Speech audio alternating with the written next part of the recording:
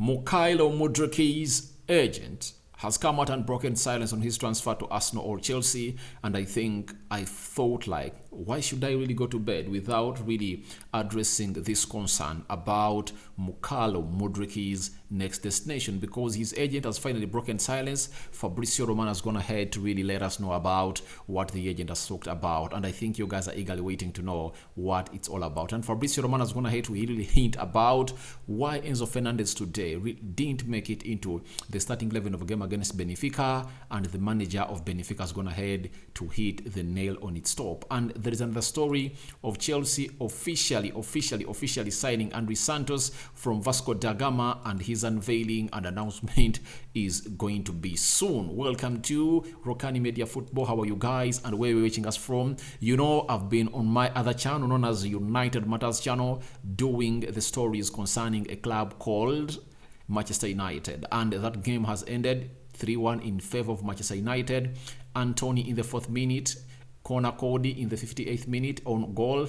Then Marcus Rashford scoring a penalty after Alejandro Garnacho was really brought down into the 18 yards box area of Everton. But Everton pulled one back after United scored in the 4th minute, and they leveled the game in the 14th minute, meaning 10 minutes later they leveled the game, but they went ahead to lose that game of football 3-1 in favor of Manchester United. Third round FA Cup, that means today, which is a Saturday, Liverpool is playing Wolverhampton Wanderers, and very many other teams are really going to be in action today. If at all, I'm to show you exactly how everything is going to go on and really happen. FA Cup tournament, United has won by 3-1. It's up to what we call the second round. We are having Preston versus Huddersfield, Reading versus Wolves, Tottenham versus Portsmouth, that is today, Gillingham versus Leicester City, Forest Green versus Birmingham, Crystal Palace versus Southampton, one of the big games of the day, Hull City versus Fulham, Middlesbrough versus Brighton, Fleetwood versus QPR, Ipswich versus Rotterdam, Bournemouth versus Burnley, Nottingham Forest versus Blackpool.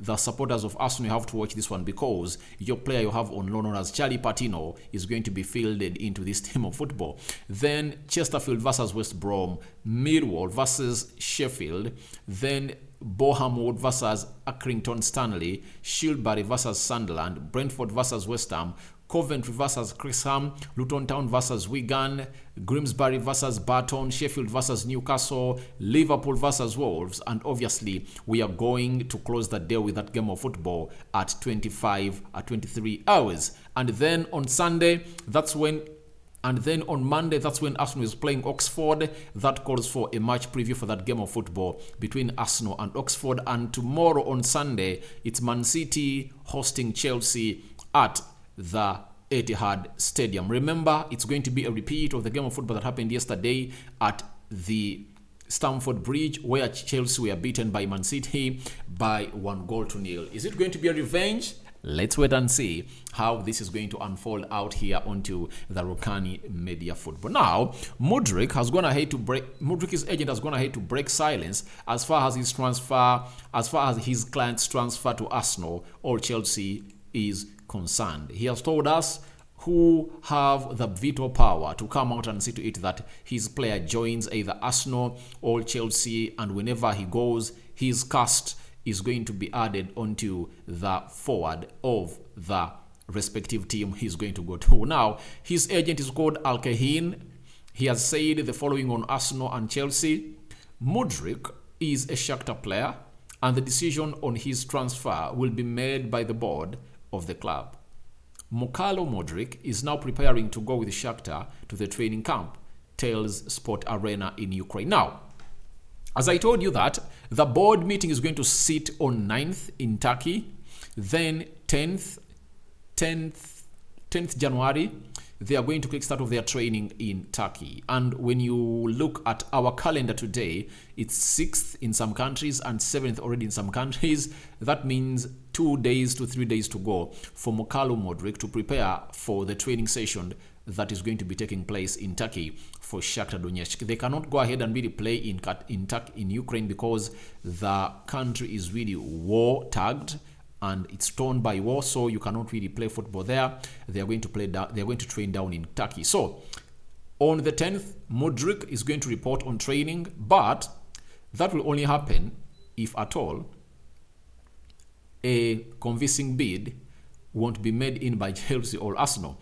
But the agent has told us that Shakhtar and the board are the ones responsible to make a decision where the player is going to go. But for them, they have their choice. They've made their choice. They want to go to Arsenal. But if Arsenal cannot really fulfill Modric's, if at all Arsenal cannot fulfill what Shakhtar values the player in, then they'll go for the next team.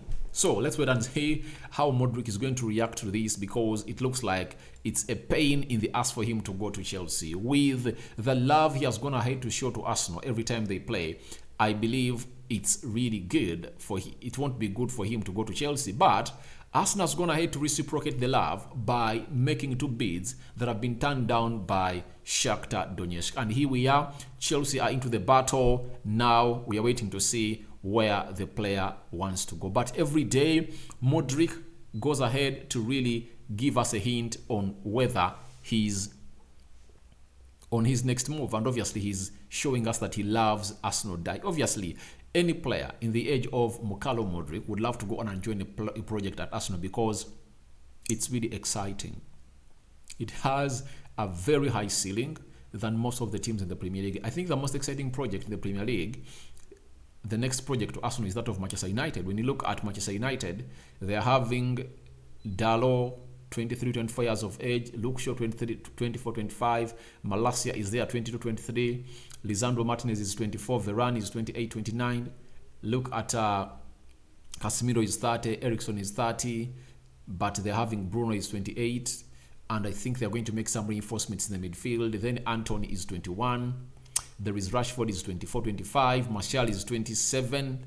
So they're having a very good project that if at all Erik ten Hag is backed, you'll find to it that in the next 2-3 years, very many players would love to join Manchester United and Arsenal because of the project and the age bracket of the players fitting the profile of their next destination. So that is the agent of Modric and what I said. Then Fabrizio Romano is going to have to throw in this one, that the reality is Chelsea are interested in Modric. They want Modric. They also know that for Modric, the priority is to join Arsenal. Shakhtar told Chelsea and Arsenal the same thing. They are not accepting 40 million euros, 45 million euros, and 50 million euros plus add-ons. They want more, meaning that a team that is going to outstretch itself to like 60 million euros up front and some add-ons is the one that's going to win the battle of this player. But it is really shaming that the board of Arsenal are testing the waters to this level. I believe if you are Arsenal, you make a decision. If you go out to make a player your number one all-marquee signing for the for the January transfer window, that means you have to go all out in for the player. And if at all you don't, then it's really going to be a very huge and big shame for you, because it doesn't work that way. Never does it work that way, according to me. It works in a way that if you say this one is my marquee signing, you go all out for him. Look at Manchester United. Last summer, they wanted Frenkie de Jong to be their marquee signing. They went ahead and really agreed a deal that 85 million euros are here with 75 up front and 10 will come in later. What made that deal not to happen is because of the player's interest and player's command. The player said, I'm not leaving Barcelona because I'm having deferred wages here. Barcelona owes me money, so I have to get paid 17 million euros to go to Manchester United. So many teams, look at Man City, they said we want Haaland. They paid 65 million euros to get the player, plus the other agent fees to the father, and obviously the company of Mino Raiola that manages the player. So it comes to my understanding that Arsenal have to go out and really spend this money if at all they're going to get in Mukalo Modric. Chelsea coming into play, they are really making it hard for Arsenal to really get this player, because Shakhtar now has a side to lean on and really make the argument hard for a side called Arsenal. Then Fabrizio concluded and told us that for the player, Mukalo Modric, Arsenal is top priority. Arsenal remains in contact with Shakhtar, but Chelsea are wanting to see what the player will do in case Arsenal and Chelsea don't reach an agreement. So it looks like Chelsea are on the sideways or the byline, waiting to see what is really going to come out of this. But I believe it will be a very good addition to the cast of the forwards of Arsenal if at all Modric really comes in through. And if at all he goes to Chelsea, all will be great for any team that's going to sign him, because this guy is really an amazing talent that has seen very many people talk good about him. Now, we all know that Enzo Fernandez had almost submitted a transfer request to leave Benfica to join Chelsea if at all Chelsea had the money. But the fact is, Chelsea never had the money, and they really decided to really offer a deal of 85 million euros, and Benfica said, no, we can't really go out with that. And the player really almost requested not to play the game that they lost to Braga 3-0. And today, Benfica was playing a certain game of football in their league, and guess what? Enzo Fernandez didn't even make the bench versus Portimonense. As expected, Benfica wanted to protect him, and this is Enzo Fernandez on Instagram power. So that is what Benfica went ahead to do. And after the game, the manager went ahead to really let us know about Enzo Fernandez, and this is what Enzo had to say. Sorry, the manager of Benfica said it was clear what Enzo Fernandez did wasn't right. That's why he wasn't in the team. I'm happy to announce from tomorrow I'll see Enzo in training. He's a player. We need him. Now Enzo can focus on Benfica and football again. That's it. His focus had been really driven to the wrong direction or diverged away from Benfica by Chelsea. Chelsea talked to him with his agent. They told him personal terms have been agreed, everything was done. There are no problem with personal terms between Enzo Fernandez and Chelsea, but Chelsea couldn't come to an ultimate understanding with a team that Enzo Fernandez plays for, that is Benfica. Remember, they bought him from, is it River Plate, from Argentina at like 25-30 million euros, and now he's available at 130 million euros. If Chelsea wanted him, that was the amount of money they were supposed to go on and cough to see to it that they really get the player, but things never went that way.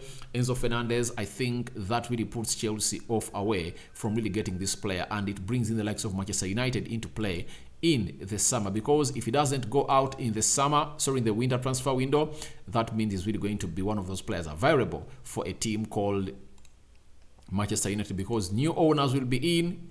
Obviously, the bidding war is going to be welcomed, and Benfica likes this a lot, and Benfica has been a team that doesn't sell its players cheaply. Do you know that they sold João Felix to Atletico Madrid in 2019 at a price of 130 million euros? That is Benfica. They've just sold Darwin Núñez to Liverpool at close to 100 million euros. That is Benfica for you. They don't sell players cheaply. I think they even sold Ruben Diaz at 60 million euros. It shows you how good they are at really selling players. And I believe with the quality players they're really having, it's really going to be hard for them to really sell a player below 100 million euros in the coming future. And they're really doing a very good business, from getting players in South America to their club and really nurture them into the players they want. They are into the round of 16 of the Champions League, and they would love to have Enzo Fernandez into this to get the job done and dusted. Now, lastly, as we call it a day, there is this 18-year-old Brazilian known as Andrey Santos. He has signed as a Chelsea player on a long-term contract from Vasco da Gama.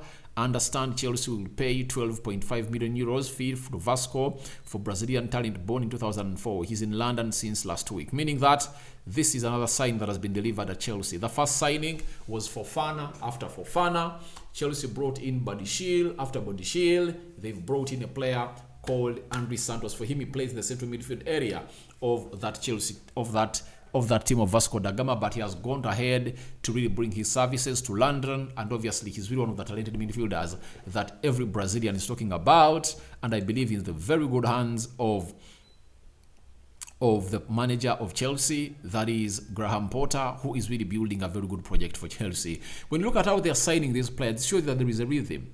There is a pattern they are following. Look at Body Shield 23, Fofana 20, this other player Santos is 18, meaning that they want to build a team, and their plan is that they also want to reinforce the academy such that in 2030 they'll be getting most of their players from the academy and go ahead and somehow go into the market and buy in players that have really impressed them, but not so much as they are in the market. Chelsea are really spending in big, but let's wait and see what Toddy Boyle is going to deliver in the coming weeks as we come to an end of the transfer window of the winter. Your reactions to Mudryk's agent breaking silence are welcome in the comment section below. Fabrice has gone ahead to really get us the know what's happening in Benfica as far as Enzo Fernandez is concerned. And lastly, welcome Andrey Santos to Chelsea. Do you think he's going to be one of those that is going to hit the ground running and play in the midfield area and solve their midfield problems? Because Zakaria is trying, and I think he's really getting there. But obviously, you can't put Zakaria to the levels of Thomas Partey,